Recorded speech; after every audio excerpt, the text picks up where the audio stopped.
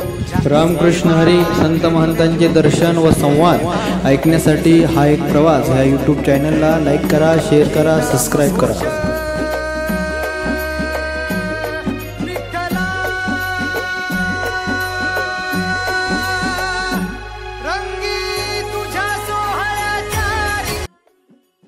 बाबाच्या आश्रमामध्ये तुम्ही साधक अवस्थेमध्ये असताना बाबा आता अशी कोणते असे महात्मे होते तुमच्याबरोबर की ते आज हयात बी नाही, हे तुमचे मित्र म्हणून बाबाच्या आश्रमामध्ये असताना स्वामीच्या?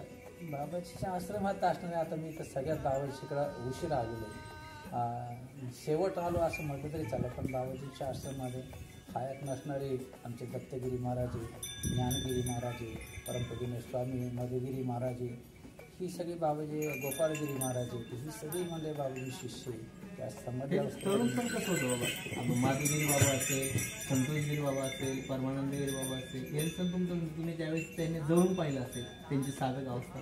नाही, तो काळ तर बाबाजीच्या काळामध्ये फक्त बाबाजी आणि बाबाजी सांगेल तेच. तो काळ फार कठीण असायचा. बाबाजी उठायच्या अगोदर सगळ्यांनी 3-3:30ला उठलं पाहिजे. उठून मग बाबाजींच्या सगळ्या स्नानाची व्यवस्था करणं, बाबाजीच्या फलाराची व्यवस्था करणं, त्याच्यानंतर पुन्हा बाबाजी शेतीच्या व्यवसायाची सगळं व्यवस्था करणं. मग बाबाजीला पुढं शेतावर जरा काम असेल तर बाबाजी गेली शेतावर घेऊन जाणं. दुपारी पुन्हा बाबाजीची पूजा असेल तर त्या पूजेची व्यवस्था तिथे शेतात करणं. पुन्हा संध्याकाळी बाबाजीची गेली घेऊन येणं. मग संध्याकाळी पुन्हा बाबाजीची विधी पूजा ती सगळं फराळाची व्यवस्था करणं. म्हणजे व्यस्त जीवन. त्याच्या डोक्यामध्ये रिकामं डोकं सैतानाचं घरी. त्यावेळेला रिकामं वेळच नव्हता. कारण बाबाजीच्या काळामध्ये एकही शिष्याला एकही मिनिटाचा रिकामा वेळ नव्हता.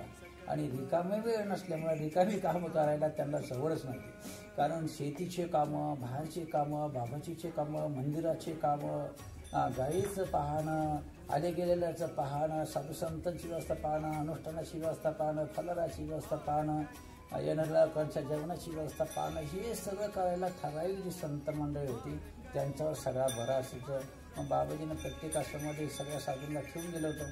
मग हे आश्रम तू संभाळते, तो संभाळते, तो संभाळ. मग तिथे गेल्यानंतर त्याला इतका व्याप असायचं की बाबाजी किती वाजता हाक मारते त्याची गॅरंटी नाही. बरं, बाबाजी स्वतःही कुठंतरी 1-1.5 तास झोपायची. त्याच्यापेक्षा जास्त झोप नव्हती बाबाजीला. त्याच्यामुळे बाबाजीच झोपत नव्हती, ते शिष्याला कुठं झोप असायची. आणि त्या काळाचा तो काळ फार. आणि आहाराच्या बाबतीत जर म्हटलं तर बाबाजीनं फलाहार निवडला होता. त्याच्यामुळे सगळ्याला फलारच करावा लागायचा. आणि फलार केल्यानंतर माणसाचं शरीर रिकामं राहतं, डोकं चांगलं राहतं, बुद्धी फ्रेश राहते.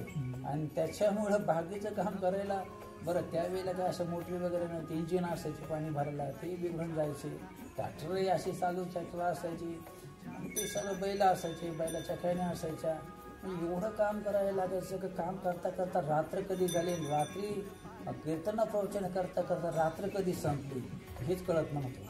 दिवसभर काम, रात्रभर कथा कीर्तन प्रवचन हे सगळं करता करता बाहेरगावी जर बाबाजी गेले, मग डोली घेऊन पुढं प्रवचनाला गेले, तिकडून येता 1-2 पुन्हा पहाटे उठायचं, पुन्हा बाबाजी असतात.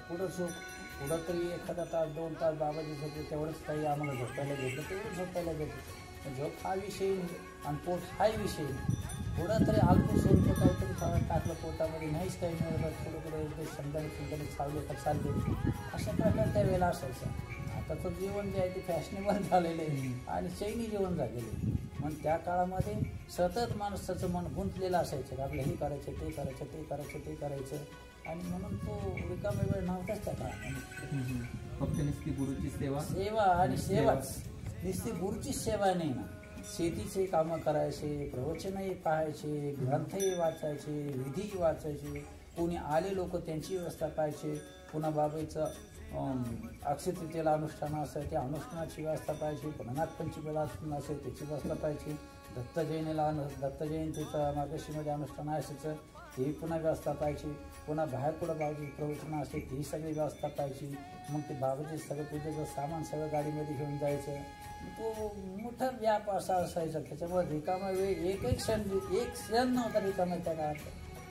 असं प्रत्येक शिष्य असा एक प्रकारे तो जसं आपण आता पुण्याच्या घाणीला बैल किंवा आत्ताच्या भाषेत जर म्हटलं तर आता ऊस काढायला जसं ते रस काढायला ऊसाचा घाणा, त्या घाण्याला जर बैल झोपलेला असतो त्याच प्रकारे सगळी संत मंडळी बाबाजी शिष्य मंडळी झोपलेली असायची. निश्चित संत मंडळीच नाही, त्यावेळेला ग्रस्ती जीवनातले बरेचसे भक्त मंडळी, भाऊ पाटील सारखे म्हणा, चव्हाण साहेबासारखे म्हणा, यांना त्यांचे संसार पाहून पुन्हा बाबाजींना कार्यक्रमासाठी यावं लागायचं. म्हणून कोणाच त्यावेळेला रिकामा वेळ नव्हता. आणि रिकामा लोक हे सैतानाचं घर राहतं, म्हणून बाबाजी कोणाला रिकामा वेळ देतच नव्हते. रमलो संसारात खरा, ऐक रखमाईच्या बरा, तरी जीव लागी तुझ्या पायरी. राव दारी उभा माझ्या, येतो भीट पायी तुझ्या, सेवा करीन युगे युगे माऊली.